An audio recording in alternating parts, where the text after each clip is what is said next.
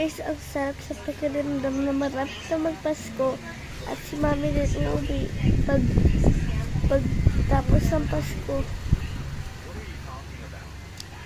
Sa Pasko kasi guys, magkakaroon ako ng gitara, luto-lutuan, totoong luto-lutuan. So magluluto ako ng itlog, hotdog, noodles. Ang saya-saya ko noon dahil pupunta din yung classmate ko. Sa bahay. Yes! Ang saya-saya ko. Tapos papagluto ko sila. Kung ano man nilang gusto, iluluto ko. Kunyari daw customer ko sila. Tapos, magtitent pa kami. Dito mag-overnight sila Pranshell. Saya-saya ko. Kasi maglalaro pa kami ng talunan. Pupunta din dito sila Aaron. Mag-overnight sila Pranshell.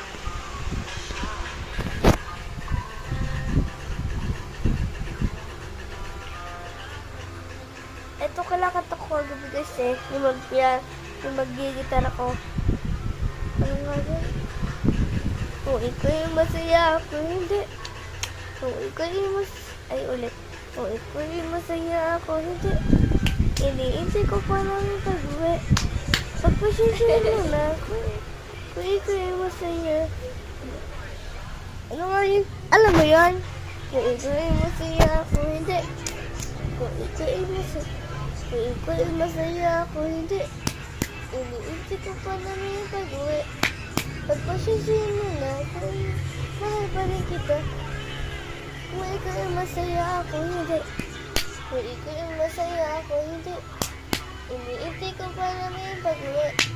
Pagpasensya mo lang, pero mahal pa rin kita. Pagpasensya mo na po. Ulit nga.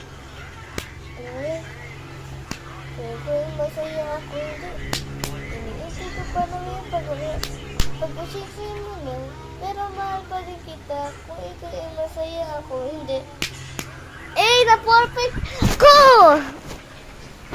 May darating pala box dito. Mga laruan namin.